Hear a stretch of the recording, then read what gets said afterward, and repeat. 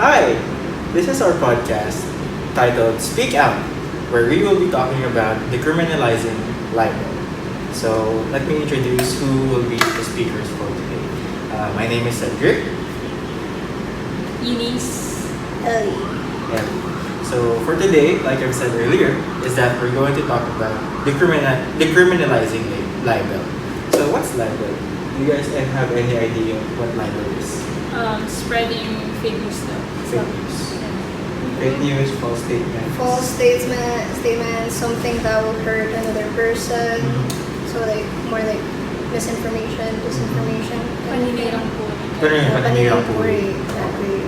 Ayun. So that's what libel really is. So aware ba kayo sa situation ng mga journalists sa Pilipinas na kung saan yung powerful companies or powerful people make use of libel as a weapon to mute the press and the journalists sa ganong I situation? mean, definitely. Being in college, we all often tackle yung Marcos regime, and we always talk about like how the press was shut down and like they were silenced. And even now, we can see it with Maria Resa's case, diba? Wherein she was ilang libel cases, I think it was 8 or 6. And she was also convicted too. Yeah, she was convicted a lot of times, but they never actually proved anything. Like, with her company, which is Rappler, they do this fact-checking thing. They have like a whole section sa website nila wherein they also cite the sources so that no one can say na, oh, they're just spitting out nonsense here. Pero people keep trying to silence her anyways. So I think that's like the general overview I have right now of the situation ng mga journalists natin in the country. Yeah, that's pretty true. Do you have any input tungkol sa situation natin sa Pilipinas? Yun na ngayon sa kay Duterte naman. Kay Duterte. Yung ginawa ni Duterte, di naman sabi ni Sir, di naman si Duterte mismo yung nagpa-tahimik sa kanila. Kung ginamit niya lang yung power niya para sabihan yung kagaya ng BIR, tsaka yung mga ibang law companies para suriin or tingnan yung mga background nila kung ano yung luho nila para mapatahimik sila. Kumbaga, ginamit niya yung kapangyarihan niya para i-oppress or i-push or i-pressure yung mga journalists. So, given that context, so for today, we're going to talk about the statement by Rafi Tulfo, his platform of decriminalizing libel. What are the good things and the bad things in decriminalizing libel? So, number one about decriminalizing libel is that we can prevent our journalists from being exploited by these powerful entities. And the bad thing is, just like anything, it can be abused kasi in a way. Like, if we decriminalize it, everyone can just run free with whatever they're saying. And like, the thing is, hindi naman to like secret. I think there's a lot of cases across the globe, not just in the Philippines, na typically yung mga publishing companies or like journalist companies, I don't really know what you call them exactly. Like, for example, the New York Times, Inquirer, they tend to be biased in a way. And like, for example, The Sun, I think is a UK publishing newspaper. If you talk about The Sun sa public, they all have this like connotation na, oh, they peddle a lot of fake news. But at the end of the day, it is a legitimate company. So like, you can't really say that just because there's a legitimate company, they're all that they're saying is the truth. Diba? Na like super linis siya. And maybe it is linis, pero at the end of the day, you have to know kung ano yung agenda ng company niyan, sino yung mga affiliates niya, sino nagfa-fund sa kanya. So like, you can't really tell kung sino yung legit and non-legit sa mga sinasabi niya. Kasi it may seem like, oh, daming credentials nito, parang, oh, journalist, finish here, and then publishing stuff in this big company. Pero yung company yun has a propaganda pala na pagandahin yung pangalan nitong politician na to, pero like has a lot of bad things under the rug, diba? So, I think talaga, at the end of the day, we have to be more responsible on the people and the things that we read online. Not just online, kasi meron pa rin namang mga physical copies of things, right? So that's thinking. So, lagyan natin ng context. Do you both believe in a saying na good people, when put in bad environments, will eventually become bad people? I think with like the nature of humans to be very, it's not flexible, is it? Volatile. There is something about like being flexible. People adapt. That's the thing. Mhm. That's our human nature. And not just people, kahit mga animals, we adapt to our environment.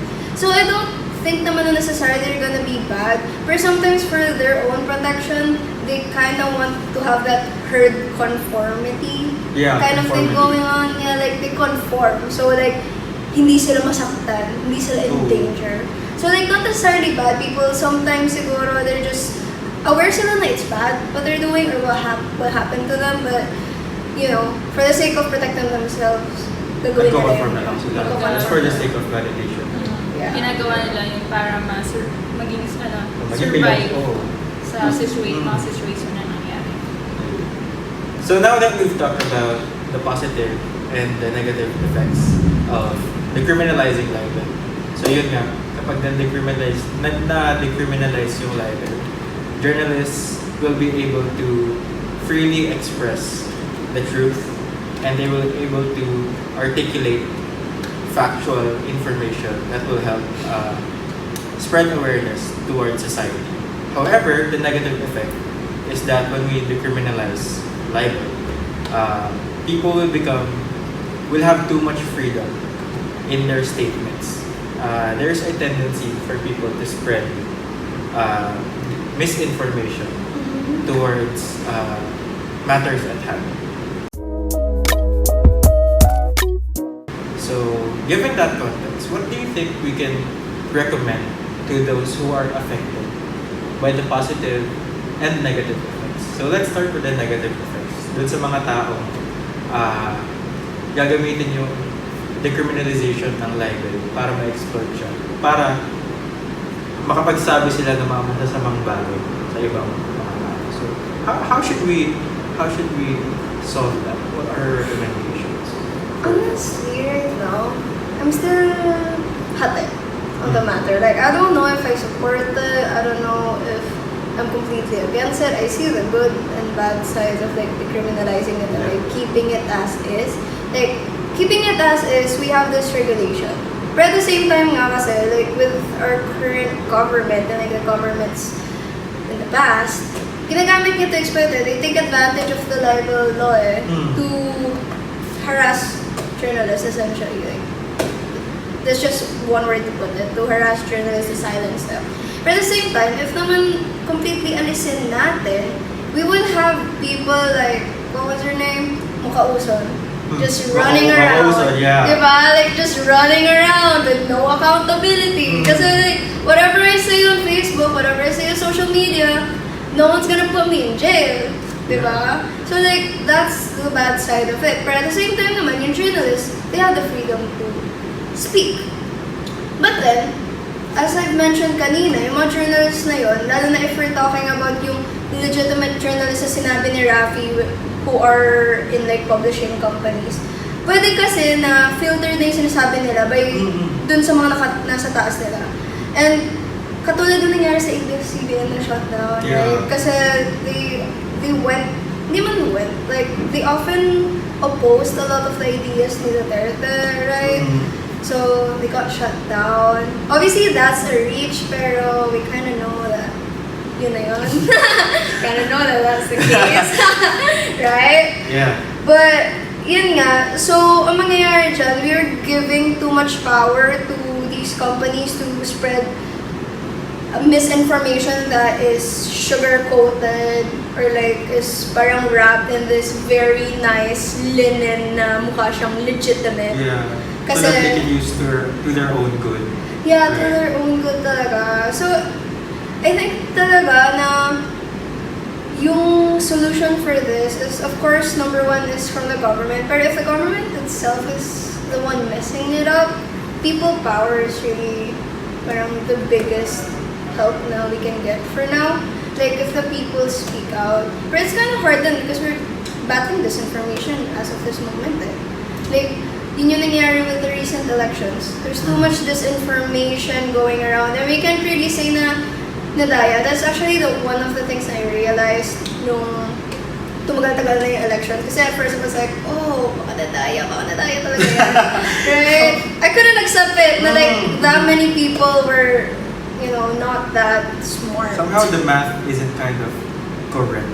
Yeah. In a way, we're not saying that that's the case. In a way. In terms of practicality, that's how we perceive it. Yeah. Diba? Pero when you look at it in the bigger picture, if you talk to people, lalo na yung masses, ano bang masses natin? More people in like the poorer sections. Madami kasi talagang believe, sa current president natin, the one who won. Kasi disinformation won, essentially. So, it's a tricky topic, honestly. Maybe Eunice has a better solution than me. Okay. That's true. Sabi mo na maraming information ang kumakalat during election. Mm-hmm. So, totoo talaga yan. Kasi, especially sa mga province, kumbaga, hindi sila ganun kalawak sa mga information na mga totoo talaga. Kumbaga, kung ano lang yung alam nila, yun lang yung pinaglalaban nila. Especially dun sa mga tita ko. Hi, sa mga tita ko.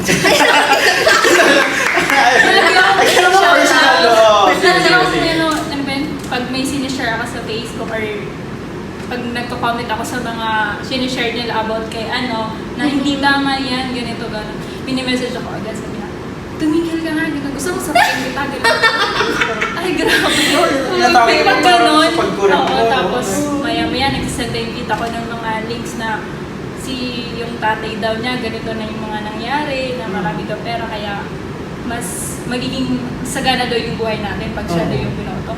Send din ako ng link, tapos kung ano-ano na yung pinagsasabi, pati din yung nanay ko, galit na galit sa akin kasi, sino ba naman daw si Lenny Lugaw daw. Oh, no!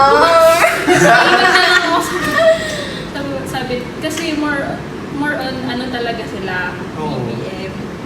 Kumbaga, ako lang yung sa ibang side. Parang ako lagi yung mali. Siya nangyayari gano'n. Tsaka sa iba din, kasi one time nandun ako sa tindahan. Sa tindahan ng tita ko sa province namin. Kung ano yung sinasabi ano yung nakikita sa internet ng tita ko na hindi naman totoo, sinasabi niya sa iba. Like, tapos one time nakipag ako, sabi ko, hindi yan totoo.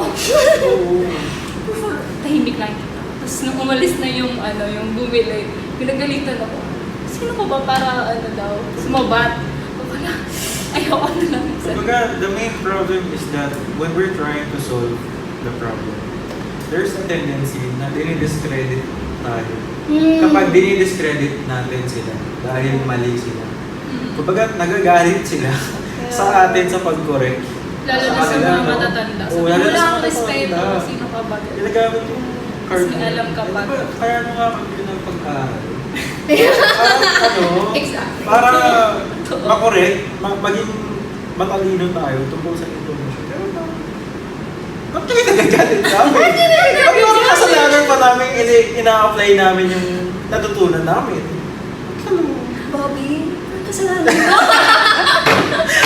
Ayun. So siguro additional lang din dun sa remote areas na nabanggit ko. Kasi diba na-discuss natin the other day.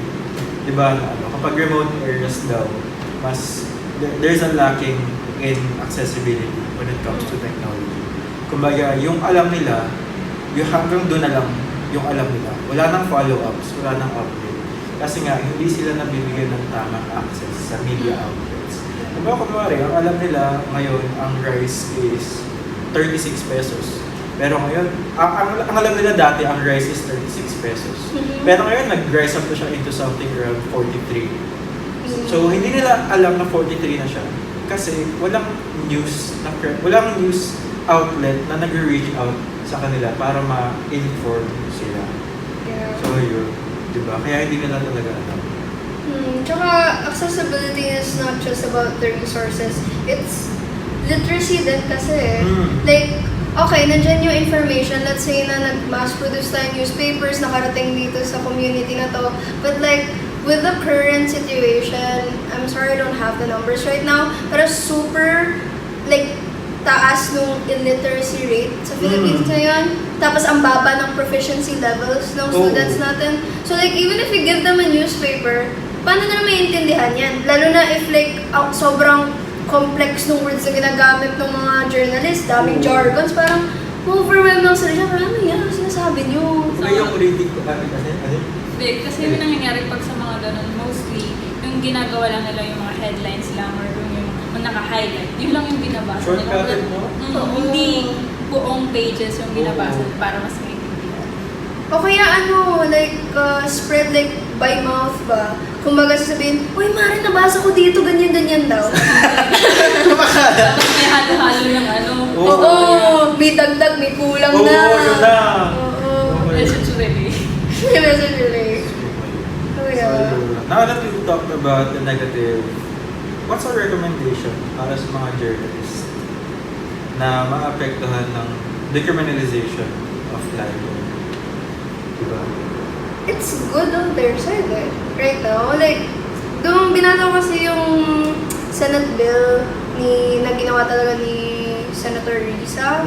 And yung pinaka main purpose niya talaga is to free nga yung journalists of the bad effects na nakukuha nila from the criminalization of like libel, lalo na cyber libel since panay online articles tayo ngayon, mga online posts. And napansin nila na super daming mga journalists yung na ko-convict, na kasuhan nga. And isa doon sa mga reason niya doon is nakaklog daw yung essentially yung system, yung justice system. Kasi sa sobrang daming kinakasuhang journalists, yung mga mas importanteng cases na sasapawan nun. So like, yun yung it's for their good talaga eh. Like, yun yung purpose. Yung benefit nila yung number one na nasa isip ni Sen. Risa. However, yun nga, masyadong freedom is bad. Everything that's too much is bad naman talaga. Kumbaga yung solution din is that given na may benefit sila dun sa decriminalization of libel, dapat they should use that benefit in an accordingly ethically followed way. Kumbaga yung information na i-disseminate nila sa tao dapat factual, tapos true to date, tapos they should make follow-ups if ever ma-update yung information. Kumbaga they should be objective. They should be subjective, but at the same time their content should be objective. Yeah. Diba? Pero, you know, ito lang, like, another side dun sa sinabi mo.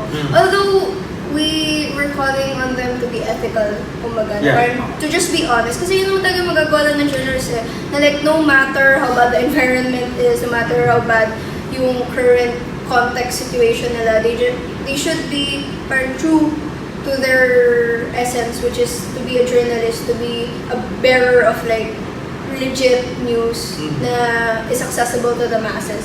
Pero hindi din natin kasi masisisi, lalo na in this economy, hindi lang naman sa journalists. A lot of times we do bad things to survive. Diba? Yeah. So like, let's say a journalist is barely hanging on by a thread sa money-wise. Kahit hindi journalist, yung buong media outlet. Yeah, yung Kailangan buong nila media ng outlet. exposure, kailangan nila ng spice Yeah. dun sa company or sa institution nila. Diba? And then let's say sabihin natin this one crony ng authoritarian person is like willing to pay for the media company. Sabi, o sige, pupunduhan ko kayo. Pero gusto ko yung news nyo, pati magaganda lang Pero about us. for example, Yeah, it's just an example. Okay. Saying, Yeah. pero parang May familiar, news no? na ano eh. Yung sabihin ko ba nga Why, wag na. Sige, yung context na lang, Yeah.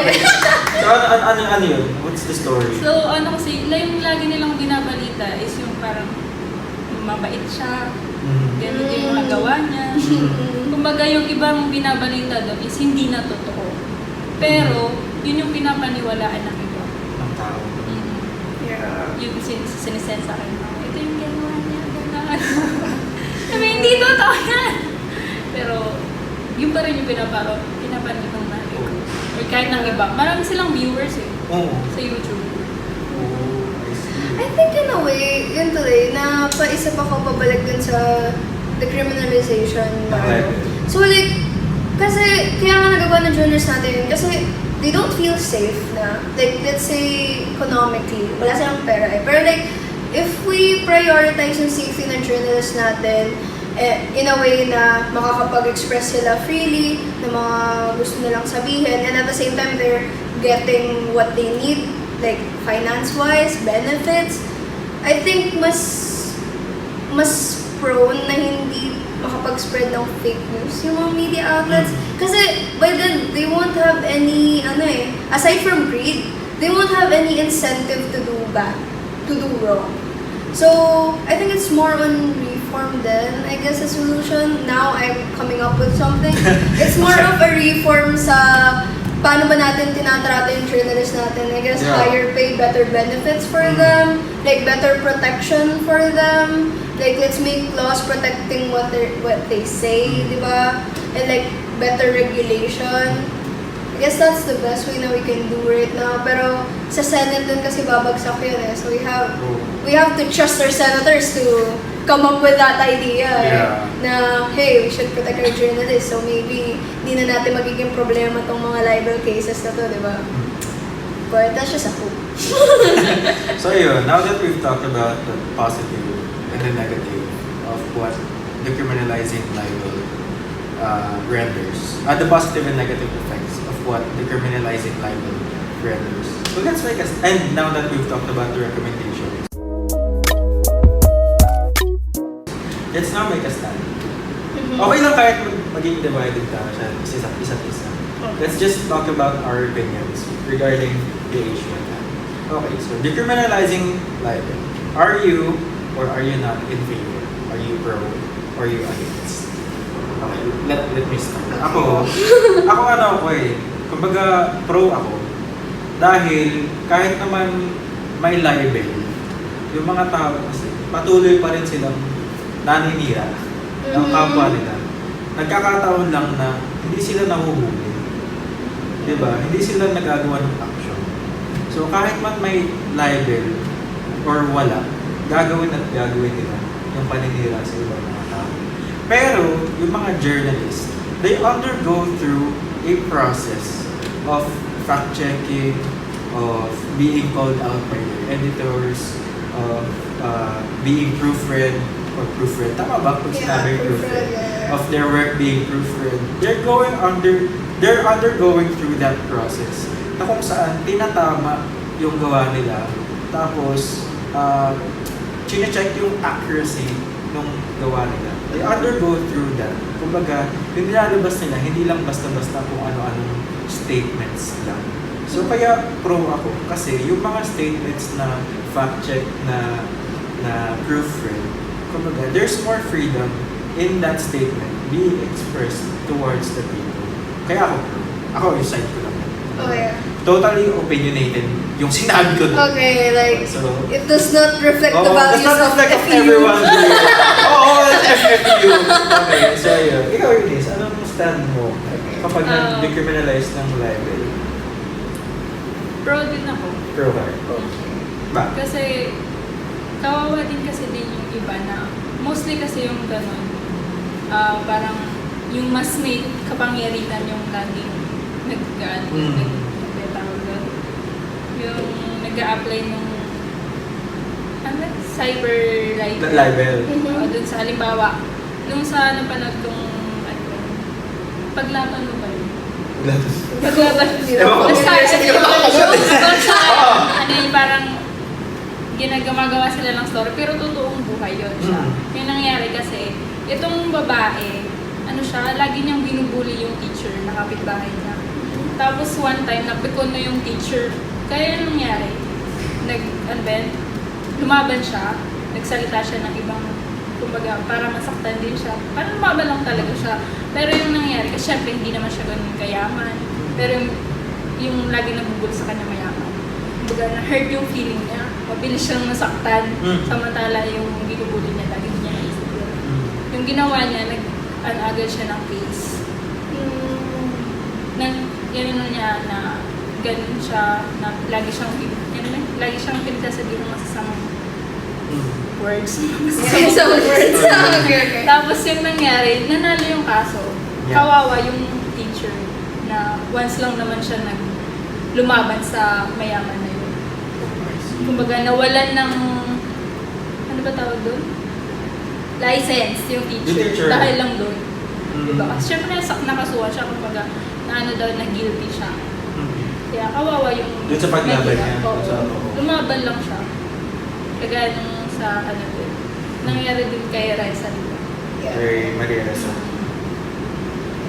So, for me Ikaw? naman, What's your opinion? oh, for me naman, I'm gonna debate kasi I'm not like other girls. Okay.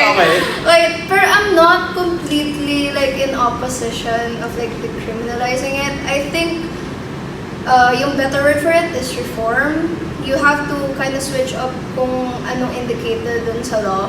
Because the thing is, since nabanggit natin kanina si Raffy Tulfo, I think of people like him na ma-absueldo when things like this happen. Kasi he's in a higher position eh. Considered siya as part of like a legitimate institution. So in a way, protected siya.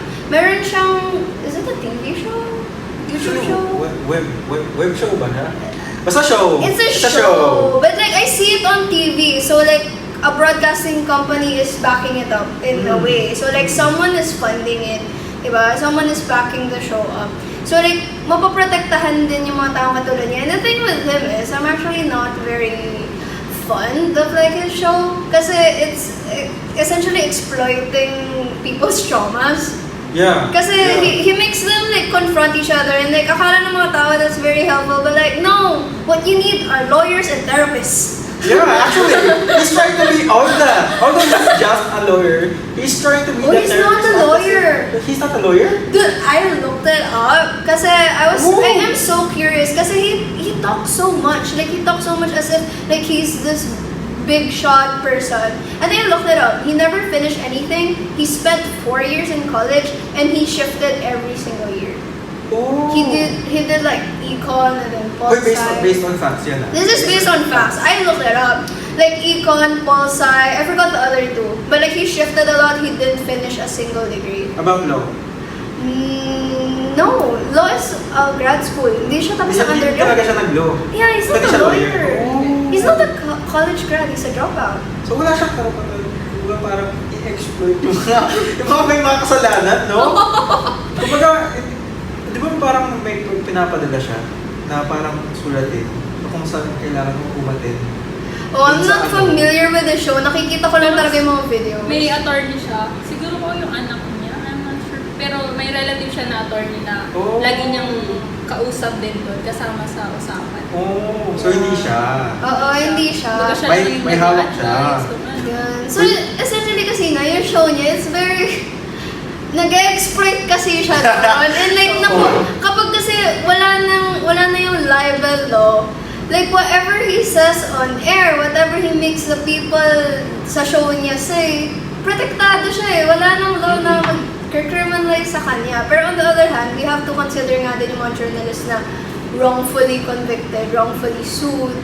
So like, para sa akin, better siguro na trials for them, like lengthier. Kasi na nakikita ko ngayon, it's so rushed eh. Like, people are just so rushed na i-convict tong journalist na to na parang, oh, you said something wrong. You're going to jail. Boom. Parang, hindi sila nakaka-stand talaga ng proper trial. And for me, dapat mas matagal yung process na like, okay, someone submitted evidence, let's look into it, let's see all the sides, which, ironically, I'm actually gonna use yung sinabi ni Tulfo na you have to consider both sides. Yeah. Kasi ano nangyayari na ngayon, parang someone, let's say kay Maria Ressa, someone said na, uy, nagpe-peddle yan ng fake news. Oo, nag-cyber libel siya. So like, sige, kasuhan natin. Dire-diretso na. Parang wala nang nakikitang holistic approach dun sa case niya. So I think, reform na lang of the current law Pero I don't think na you should completely decriminalize it kasi you're gonna have people like Rafa Tulfo just saying a lot of nonsense on air that are very, you know, Pero friendly. in defense of Rafi Tulfo, di ba may parang sinusulong din siya na reform doon sa decriminalization of libel. Kumbaga, ang Yeah. gusto niyang mangyari is ang dapat free lang doon sa libel is yung certified members of the press or Mhm. the institutions of media. Yeah. Kumbaga, yung journalists lang dapat yung free from libel. However, if you're a common citizen, you should still be subjected to law about libel. Kumbaga sinasabi, yung pinapush forward niya na Yeah. hindi dapat absolute yung libel Mhm. for everyone. Yeah. It should be absolute. Not absolute. Okay, it's not Not absolute. absolute. Not absolute. It's okay. Kumbaga ang dapat apektado lang dun sa libel is yung mga journalists. Dapat hindi sila sinasampahan agad ng libel. Agad ng kaso. Pero kapag from common man ka lang, kunwari, for example, influencer, you're a blogger, you have so much influence that could change the perspective of the people, you should still fall under that legal process. Lalo na kapag may tinatapakan kang ibang tao, tapos nadudumihan mo yung dignidad nila. Kumbaga. So, Okay. ayun. What I have to say about that though is I really don't agree with them. Kasi Okay. Okay. Ah. we have to consider yung time ni Marcos Sr. Okay, during that time, yung media outlets is very controlled niya. It was a dictatorship. Yeah. So like, ano bang kina-consider natin na legit journalist? Yung mga nandun sa control niya na media outlets, right? And then we have the common people na sinasabi mo yung mga vloggers and stuff. Although wala pa nung time na yon, Oo. pero part siya ng common people. Pero look at what happened. Peddlers sila ng propaganda. Yung hawak na media ng dictatorship. Pero the people are the one who had the power kahit na wala silang credentials. You know, so like in this case, parang does it really make sense for Tulfo to do that? Kasi ang mangyayari lang dyan, pwedeng i-take advantage na naman ng government na hawakan nila yung media tapos Marcos Sr. regime all over again tayo eh. So like, very iffy yung situation. Like, we still have this tendency kasi to repeat things. Kasi we already did. We put another Marcos in the Malacanang. Okay. Diba? Like, we tend to repeat stuff. So, mga Filipinos kasi for now, I'm not saying that we're weak, pero we are very vulnerable. Yeah. So, it's kind of scary to actually push through with a law like this for now. For now. I see its good things, but for now, the nation is too vulnerable for it. Yeah. So, ano kasi, there are some professions out there that have non-disclosure agreements. Mm-hmm. They have privacy agreements, such as certain professions, such like nurses. They have non-disclosure agreements. Lawyers, they have non-disclosure agreements.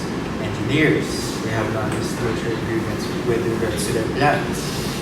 So, what are your thoughts about non-disclosure agreements, and what is its connection to libel? It regulates freedom of speech. Kasi yung libel, they're saying talaga it's to regulate freedom of speech eh.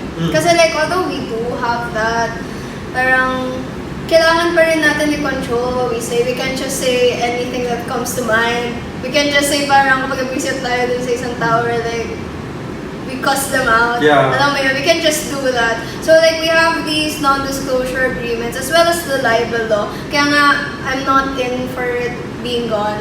Kasi it helps to keep people disciplined. Kumbaga, it helps people to think before they speak. Yeah, so that's my take on that. Anong take mo sa mga non-disclosure agreements?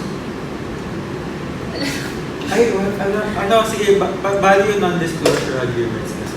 Isa siyang kasunduan between two people kung saan itong isang tao, professional siya. tapos isang tao, consumer siya. Yung information na binibigay ni consumer, dun kay professional. Dapat private lang, dun kay professional. Yung information niya. Hindi siya basta-basta na ibibigay sa ibang mga tao. Ang nag-handle lang is yung professional. So, wala nang freedom of speech. Parang nagiging limited na lang yung information na masaspread. in a way, kasi nagkakaroon ng parang privacy act. Dito na pumapasok yung top ng ethics. Kung sasabihin. Non-filter yung mga... Oo. Kumbaga, hindi mo siya pwede i-disclose publicly. Kailangan in between lang sa inyo kapag sinabi non-disclosure. Not necessarily na nasusuppress yung freedom of speech. Pero kaya nga siya tinatawag na non-disclosure na nagkakaroon kayo ng kasunod. Yeah, there's a mutual Oh. agreement. So Oh. like hindi naman nahihinder yung freedom of speech kasi once you sign an NDA, you chose to sign that naman. Like it's of your own free will. You have the freedom to do it. Actually, protection mo sa life. Yung freedom of Yung speech. NDA. Yung? Yung NDA sa life. Yeah. Kasi may mga bagay kang, pwede mong gamitan na pang-harass na included sa mga NDAs. Oh, yeah. Lalo na yung mga lawyer-client privilege. Dami mong pwedeng tago dun. Lalo, yung mga about sa movies. Diba meron silang mga sinasabi na, let's keep this off the record. Yeah, exactly. Yung mga ganun, off the Yung record Just stuff. between you and me, Mm. this is what happened. So it's pasok. So we've been talking about libel for the past 30 minutes. And libel is just the pinnacle of accountability of what you are about to say. So given that context, paano naman yung mga vloggers, mga influencers na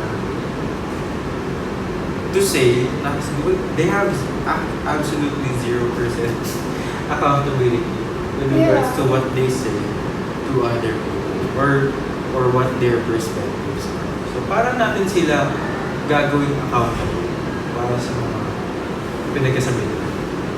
Kasi considered sila na common people eh. Hindi sila part ng media, hindi sila part ng government.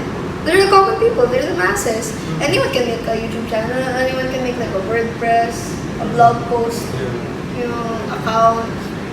I think to make them accountable talaga is to just keep yung law.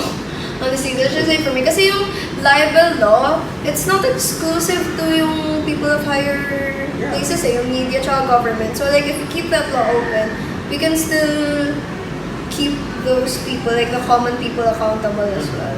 I think that's the only solution I can think of right now.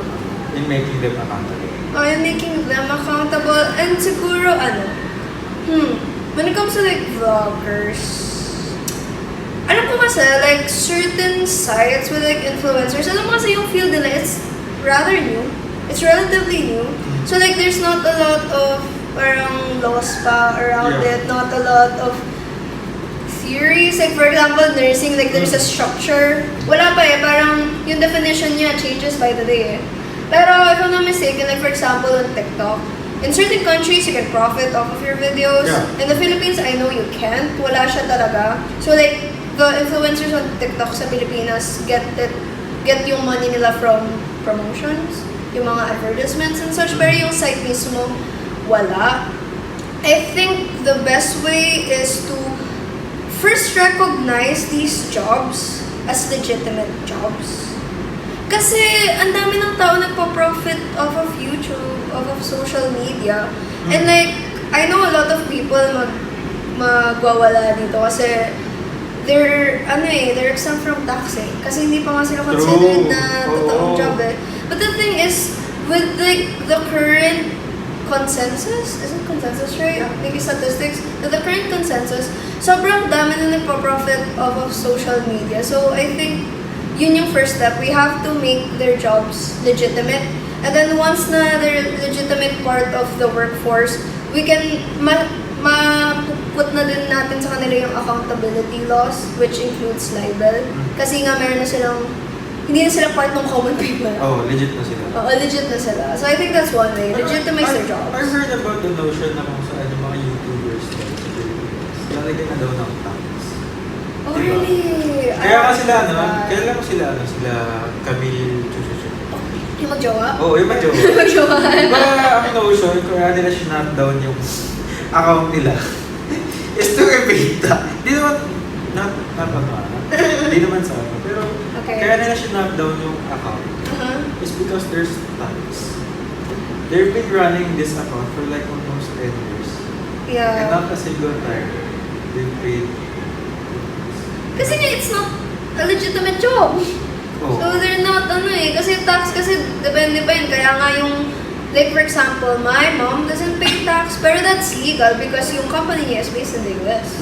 Work from home siya. Hindi siya talaga covered ng law. She's not obliged to pay taxes. But the thing with like YouTube is, yung audiences mostly nito mga locals na naman eh. So I think it's really high time to revisit this and see it as a legitimate job. So just to close, today in our podcast, we've talked about how libel puts accountability towards both the people and the journalists with regards to what they have to say. So it puts a regulation to the freedom of speech because freedom of speech is not absolute at all. At times like this, at times of press, media repression, it's a scary time for all media outlets out there, for all journalists. So this bill of decriminalizing libel is one of the proposed solutions in helping create a better environment for journalists. And as for us, we have different perspectives and different takes into how this bill should either be or not be implemented. Because it helps for journalists to not resort to defamation just to get over the day. So I hope you learned something from us in our podcast for today. I hope this has been very productive for everyone here and for everyone who is listening out there. So once again, this is Speak Out, and we would like to say goodbye. Once again, my name is Cedric, Eunice. Ellie! and this has been Speak Out. See you next time. Peace out. Bye. Bye!